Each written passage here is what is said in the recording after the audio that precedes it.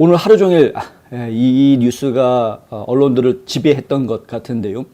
연준이 드디어 이제 세 번째로 자이언트 스텝 0.75% 금리를 인상했다. 예.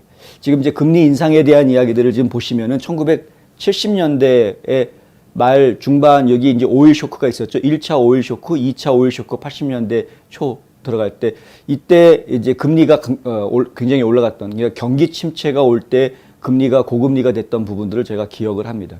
그리고 이제 90년대 초 부분에서도 약간은 문제가 있었고 2000년대 중반에 들어왔을 때 이때 그 또 다른 리세션이 생겼었죠. 그 서프라임 모기지 사태가 터지면서 세계적으로 굉장히 경제가 어려워졌었고요. 그리고 2010년 전에 요때군요. 예, 요때 터진 거고 2000년대 초에는 또 다른 이유였었군요.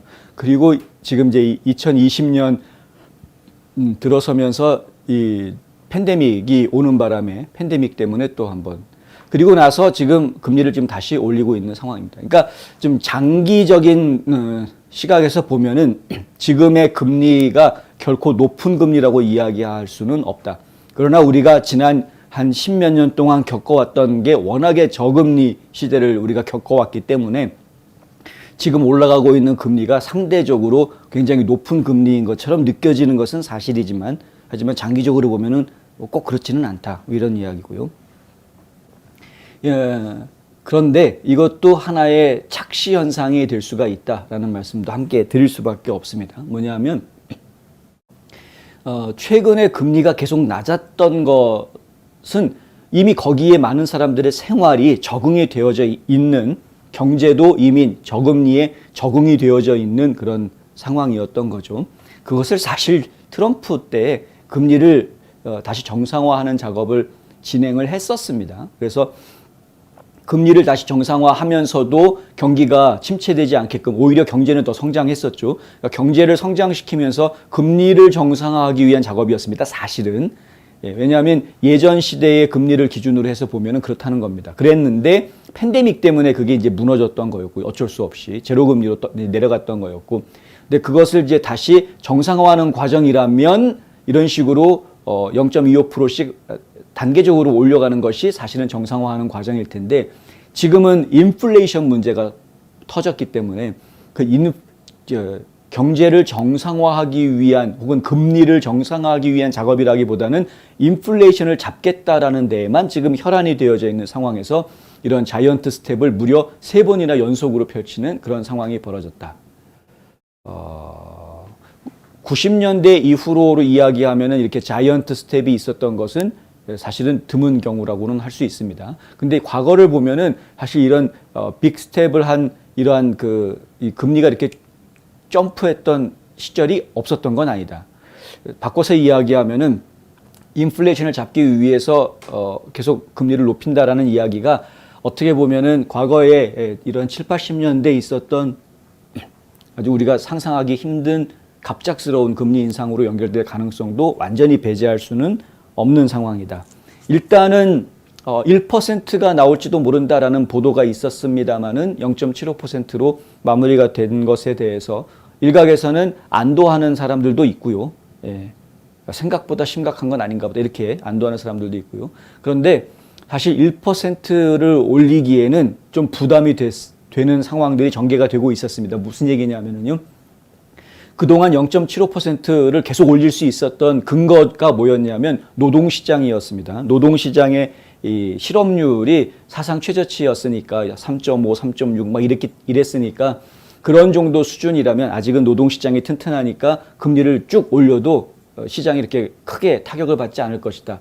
이런 생각에서 이제 속도를 냈던 거였는데 근래 들어서 노동시장의 이상기후들이 자꾸 지금 보인다 이거죠. 지금 굉장히 큰 회사 대기업들이 인력 감축에 대한 발표들을 지금 계속하고 있는 그런 상황입니다.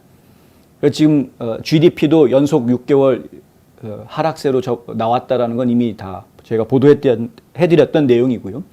그러니까 경기가 지금 안 좋은 방향으로 움직여 가고 있고 기술적으로는 어쨌든 리세션에 들어와 있는 상황이고 여기에 노동시장이 지금 흔들릴 수 있는 실업률이 올라갈 수밖에 없는 상황이라는 그런 징조들이 여러 곳에서 보이고 있는 상황이기 때문에 1%를 올리는 것은 지금 부담스러울 수밖에 없었던 그런 상황이었다. 이 노동시장이 붕괴가 되면 그러면은 금리를 올리고 싶어도 함부로 막 올리기가 어려워질 수밖에 없습니다. 그랬다가는 난리가 날 수밖에 없기 때문에. 그래서 지금 연준의 고민도 계속 깊어지는 것으로 지금 이해하고 있고요. 하지만은 올해 2번 더 FOMC 회의가 열리게 돼 있는데 이 2번의 FOMC 회의에서도 계속 금리를 올릴 것이다 라는 이야기가 지금 나오고 있다. 오늘 0.75% 올리기로 결정을 하면서 연방 기금 기준 금리가 3%에서 3.25% 사이로 이제 맞춰지게 됐는데 이거를 앞으로 2번 더 0.5%가 됐던 0.75%가 됐던 2번 더 올리게 되면 그러면 이것이 4% 연방 기준 금리가 올해 말에는 4%를 더 넘어갈 거다. 이제 이렇게 이야기하고 있고요. 예측하는 사람들마다 다르게 예측을 하는데 4.25%에서 많게는 4.6%까지 예측하는 사람들 사이에 지금 이제 예상치들이 포진이 되어져 있습니다. 이 연말까지가 이렇다는 이야기입니다. 내년은 어떻게 되느냐? 내년도 거기에서 조금 더 올라갈 거다라고 지금 보고 있고요. 금리가 언제쯤 떨어질 것이냐라는 전망에 대해서 월스트리트저널이나 로이터 통신 같은 경우에는 2024년부터 금리가 떨어지기 시작할 거다라고 이야기합니다. 2023년에 금리를 최고치까지 올려놓을 것인데 그게 과연 5%를 넘어갈 것이냐 아니냐 이 부분에 대해서는 지금 논란들이 좀 있는 예측하기가 좀 그런 상황이고요. 하지만 2024년이면은 금리가 다시 떨어지기 시작할 거다라고 현재는 그렇게 예측을 하고 있습니다. 근데 그건 지금 현재 기준의 예측이고 실제로 어떻게 될지는 그때 가봐야 합니다. 그렇죠. 지금 인플레이션을 잡아야 되는데 0.75%를 2번이나 연속으로 올렸음에도 불구하고 인플레이션이 마이너스로 가지 않고 인플레이션이 0.1% 더 올라갔었거든요. 8월 달에. 그러니까 아직은 인플레이션이 잡히지 않은 상황. 얼마나 더 올려야 인플레이션이 잡히겠느냐 하는 문제가 좀 숙제인 겁니다. 연준한테는. 지금 지켜봐야 하겠고요.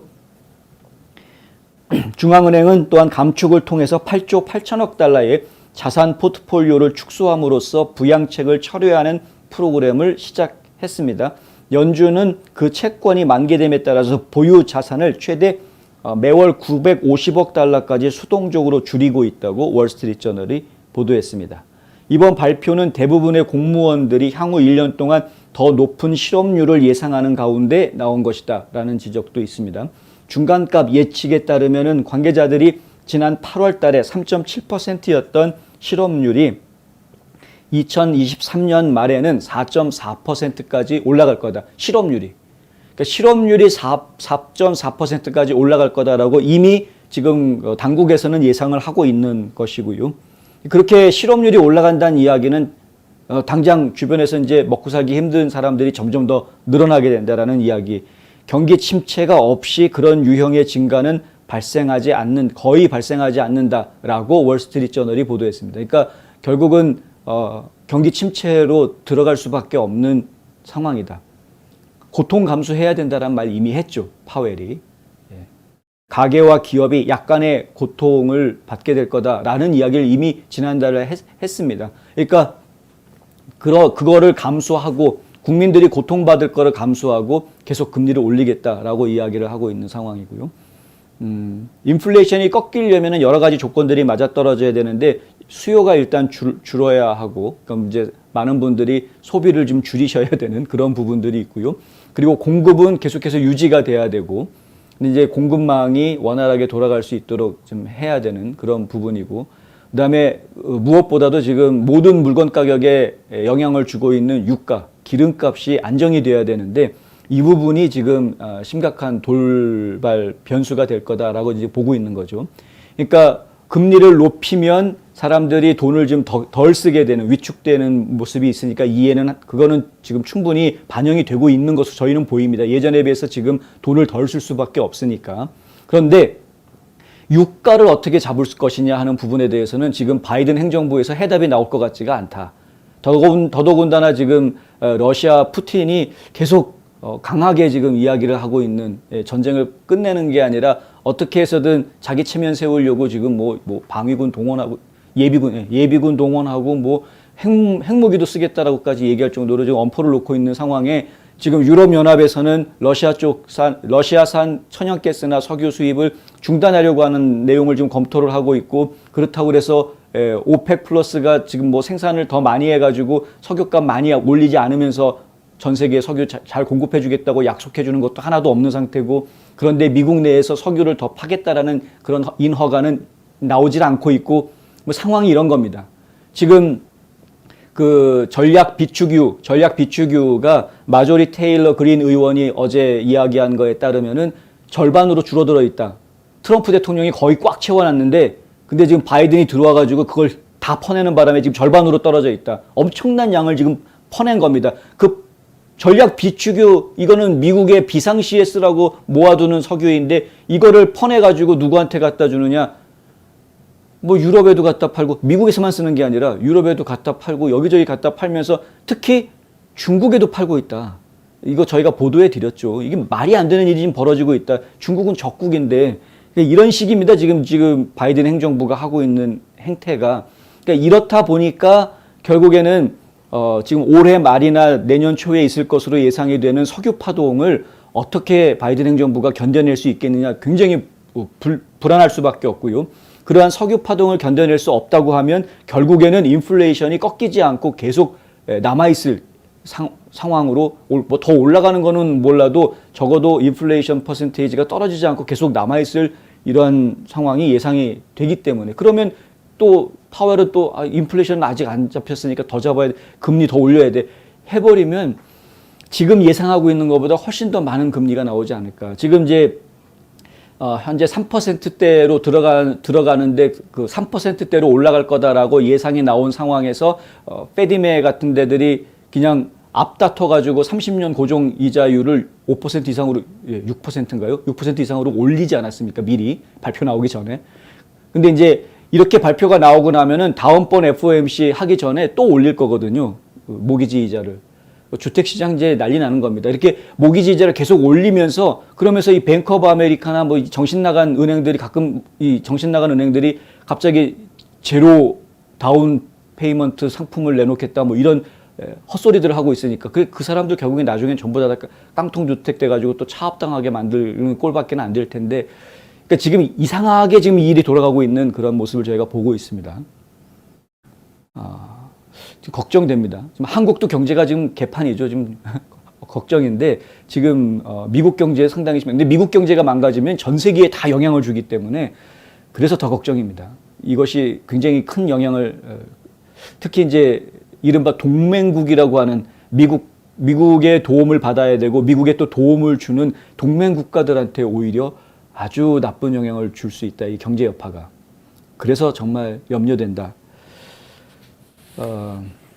지난주 인플레이션 보고서 이후에 긴축 정책에 대한 기대감이 다시 고조되면서 정책에 민감한 2년 만기 재무부 채권 수익률이 15년 만에 최고치로 치솟았다. 이런 보도도 나와 있습니다. 주식 시장은 이제 땅바닥으로 떨어지고, 대신에 이 정부 채권 쪽으로 눈들이 지금 돌아가고 있다. 뭐 이렇게 이해하실 수, 이건 자연적인 현상입니다. 금리가 올라가고 주식시장이 불안할 때에는 이 채권 시장으로 돈이 몰릴 수 있는 거기 때문에, 그래도 그나마 다행인 게 미국이 절대 망하지 않을 거다라는 생각을 하니까 그나마 미국 정부 채권의 투자가 이루어지는 것이어서 그건 불행 중 다행이라고 지금 저희가 봐야 되는. 미국이 망하지는 않을 것이다. 문제는 이것 때문에 많은 사람들이 고통을 받게 된다는 게 이제 문제다.